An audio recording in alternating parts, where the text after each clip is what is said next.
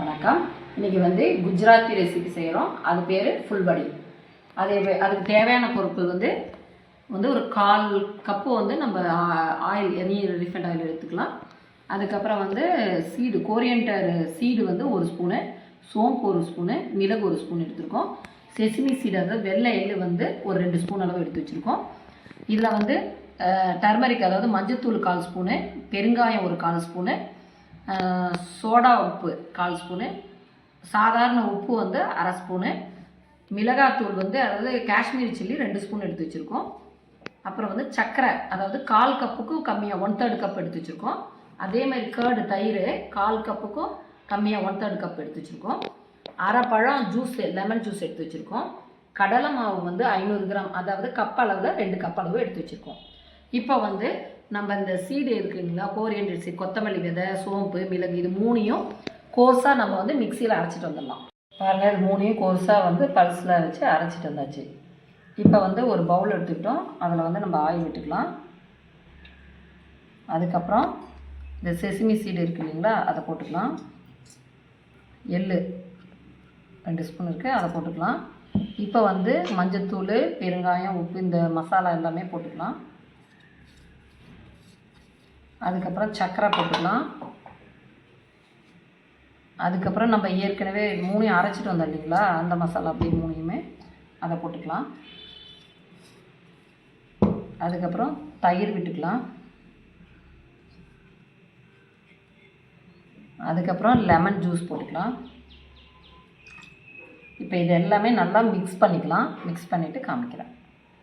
பாருங்கள், இது மிக்ஸ் பண்ணியாச்சு. இப்போ வந்து நாம் இந்த கடலை மாவு போட்டு பிசைஞ்சிக்கலாம்.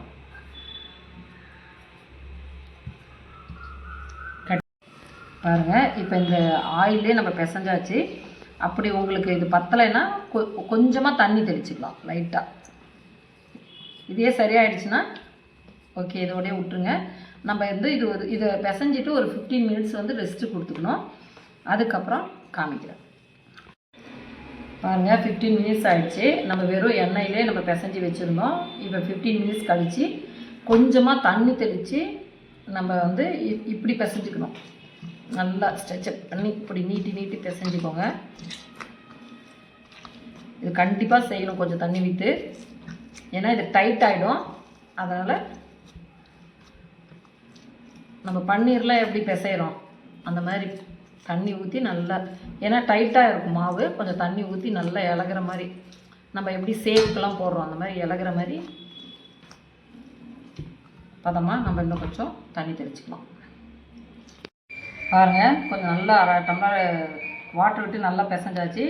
இப்போ வந்து நீங்கள் உங்கள்கிட்ட கோன், பால் கவர் கோன் இருந்தால் அதை கட் பண்ணிவிட்டு போட்டுக்கோங்க. இல்லைனாலும் இந்த பைப்பிங் பேக் இருந்தால் போட்டுக்கோங்க. என்கிட்ட வந்து முறுக்கு மணம் இருக்குது, அதில் ஒரு சிங்கிள் அதில் வந்து இதை பாருங்கள், நான் இப்படி போட்டுட்டு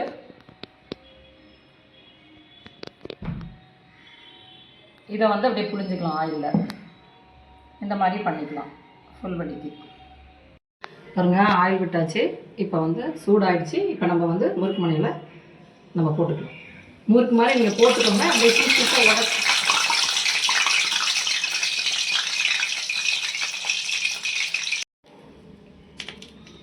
பாருங்கள், உங்களுக்கு எந்த ஷேப்பில் வேணாலும் அமுத்தி விட்டுக்கோங்க.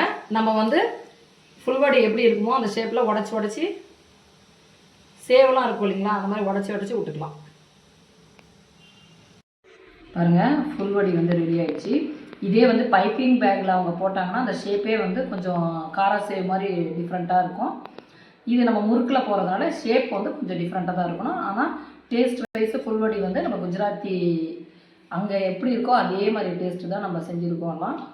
எதுக்கு நம்ம வந்து ஒரு கொஷின் வந்து என்னென்னா, சோடா உப்பு எதுக்கு போடுறோம்? இப்போ இதில் எதுக்கு சோடா உப்பு போடுறோன்னா, இப்போ இதுன்னா மொடுக்குன்னு ரொம்ப மொறுன்னு வந்துடும். இப்போ சுட்டு எடுத்துகிட்ட பிறகு ஆறின பிறகு பார்த்தீங்கன்னா ரொம்ப முறுக்குனா இருந்தால் மொடுக்குன்னு வரும். இது வந்து நம்ம சோடா உப்பு போடுறதுனால இங்கே பாருங்கள், ஆறுனா கூட எப்படி சாஃப்டாக தான் வரும். ஒடிச்சிங்கன்னா இப்படி சாஃப்டாக தான் இருக்கும். இதனால் என்னென்னா ஸ்வீட்னஸ்ஸு எல்லா மசாலாலாம் இருக்கிறதுனால குழந்தைங்க வந்து சாப்பிட்றதுக்கு இது ரொம்ப ரொம்ப சூப்பராக இருக்கும். அவங்களுக்கு காரசே கூட காரமாக இருக்கும். இது அப்படி இருக்காது, நல்லாவே இருக்கும்.